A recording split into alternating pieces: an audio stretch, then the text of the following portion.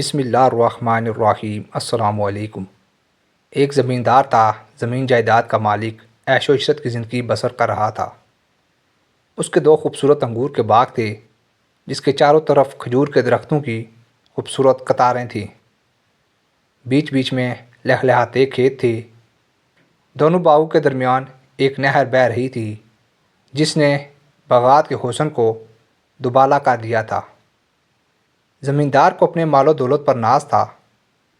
وہ سمجھتا تھا کہ یہ سب کچھ میں نے اپنے بل بوتے پر حاصل کیا ہے۔ وہ باغ کی سیر کو آتا تو پھولا نہ سماتا۔ اس کا ایک دوست تھا جو غریبی کی زندگی گزار رہا تھا۔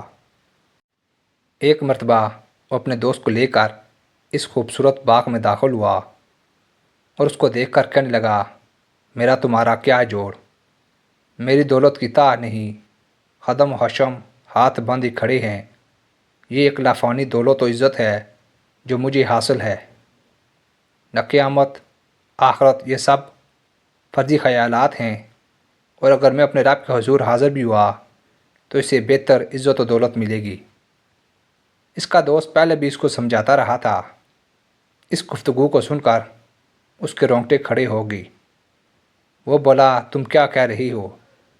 اپنے مالک کا انکار کرتے ہو، جس نے تم کو مٹی سے پھر پانی کے قطرے سے بنایا اور ایک توانا مرد کی شکل میں کھڑا کر دیا۔ اپنی حقیقت کو تم بھول گئے۔ تم نے اپنے ہاتھ پاؤں سے سب کچھ کیا، لیکن تمہیں اس کی طاقت کس نے دی؟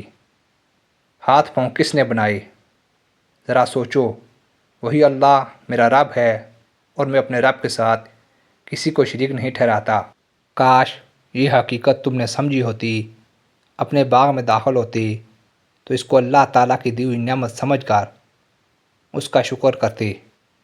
تم اگر دیکھ رہے تھے کہ میرے پاس دولت و عزت کم ہے اور تم اس میں بڑے ہوئے ہو، تو تمہیں اپنے مالک کے آگے سر جھکا دینا چاہیے تھا۔ تمہاری اس ناشکری کا نتیجہ اب یہ بھی ہو سکتا ہے کہ تم سے بہتر باغات اللہ تبارک و تعالیٰ مجھے عطا فرما دی، اور تمہارے باغ پر کوئی ایسی آفت آ جائے کہ پورا باغ چٹیل میدان ہو کر رہ جائے، یا اس نہر کا پانی تہوں میں چلا جائے کہ ہزار کوشش کے باوجود تمہیں کچھ حاصل نہ ہو۔ اللہ تبارک و تعالیٰ کا حکم یہی ہوا، اس کا باغ تہس نہس ہو گیا۔ وہ شخص افسوس کرتا تھا اور کہتا تھا کہ کاش میں نے اپنے رب کو پہچانا ہوتا، اس کو ایک سمجھتا اور اس کے ساتھ کسی کو شریک نہ ٹھہراتا۔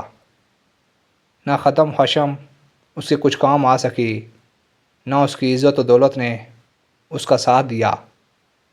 لمحوں میں کچھ کا کچھ ہو گیا، اور یہ بات کھل کر سامنے آ گئی کہ اللہ تعالیٰ ہی ہر چیز کا مالک ہے، ہر چیز کا انجام اسی کے ہاتھ میں ہے۔